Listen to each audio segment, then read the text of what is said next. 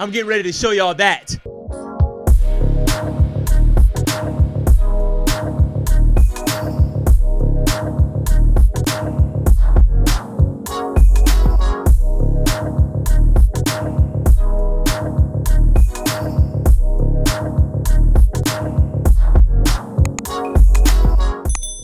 What's up, y'all? Welcome to the School of Chops YouTube channel. My name is Zyck, and today we're going to talk about how any drummer can make their drum fills sound way more awesome by implementing simple rudiments in their playing. In this video, I'm going to show you one rudiment that guarantees your fills never sound boring ever again. This rudiment is called the Herta, and it can be made into a sick drum fill if you use my 3-step process called the LPC process. Step 1 of the process is the L, which means learn the rudiment.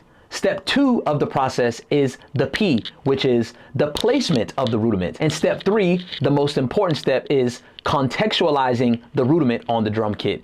Step 3 is really, really important because if you don't have that, then the drum fill is not going to make sense. And I'm going to break down step by step how you can turn the Herta into an amazing drum fill using the LPC 3-step system that I created. For those of you that don't know who I am, my name is Zyck. I'm a full-time musician and I get paid to play drums all over the United States. And I've actually used the LPC process to generate the majority of my fills. I play these fills at weddings, festivals, club gigs, private events, you name it, I've done it, and it works perfect every time. Oh, and by the way, if you want my personal help on mastering your drum fills and your chops and your creativity, then you can apply with the link in the bio below. Now, let's jump into this. Okay, let's do step number 1, which is the L. Learn the rudiment. We have to internalize the rudiment and learn it so when it's time to play it in a musical situation, we are ready and able to do it with flow and with ease and with great execution. So let's start with learning the rudiment. This is the Herta. This is how you play it. I'm going to play it slow and then I'll play it fast as well. Ready?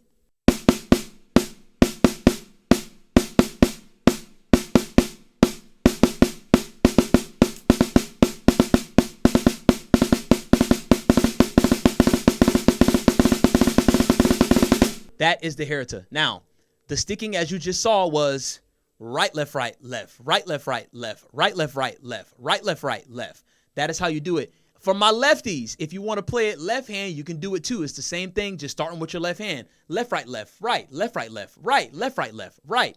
So that is step number 1, learning the rudiment. Internalize it, really get it in. Play it slowly. Lock it in so when you get to the kit and you want to move it around, you can do so. Now, let's move on to step number 2. Placement. LP. The P is for placement, and there's a couple things that go with placement. With placement, you want to focus on how you're going to use the kick and then how you're going to move it around the kick. How are you going to place this rudiment around the kick and start orchestrating a different sound for yourself? The P is a very important step, guys, okay? So I'm going to show y'all different ideas of how to do the placement. When you're playing a rudiment, a lot of times, all of them sound pretty cool when you match the kick drum with one of your hands. So for this exercise, I'm going to match the kick drum with my right hand just to let y'all see how it sounds. And I'm going to move it around and pick different ones that I like. As you move it around in the placement step, just listen and say, ooh, I like that one. Ooh, I don't like that one. But find your flavor and find your taste. I'm going to demonstrate to you how you would do that, okay? And check this out.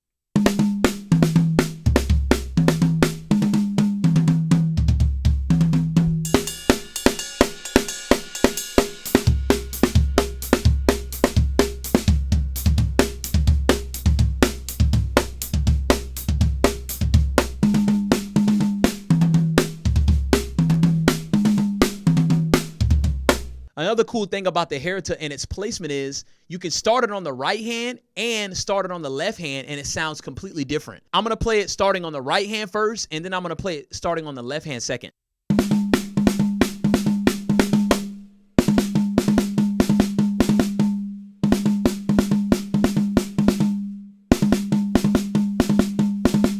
That's the same exact rudiment, just starting it on different hands. Now that we worked on the placement of our hands, let's start incorporating the kick and seeing how that sounds.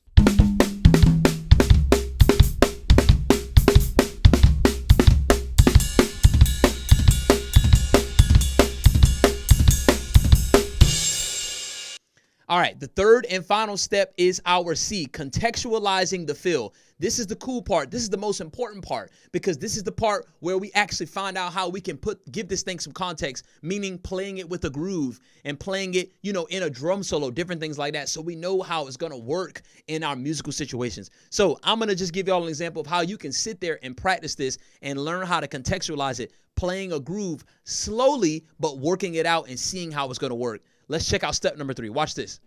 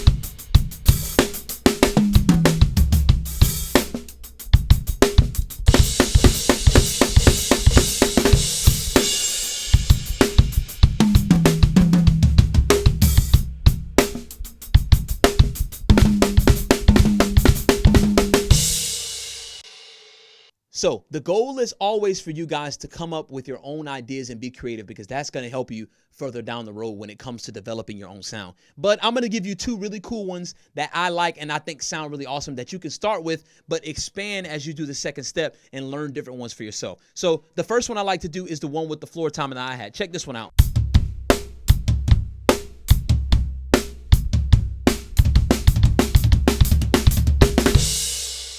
That one's really dope. The other one I like is the one with the ride cymbal and the floor tom. It goes a little something like this.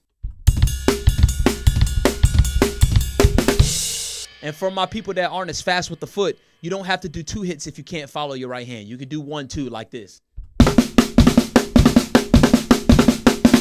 All right, folks, that concludes this video. Make sure you keep working on your creativity. Make sure you keep digging in, and absolutely make sure you hit subscribe so you don't miss any more awesome tutorials that I have coming up next. If you like what you learned today and you would like to work with me one-on-one and get some personal help, you can apply by hitting the link in my bio. I'm gonna catch y'all, man. Peace.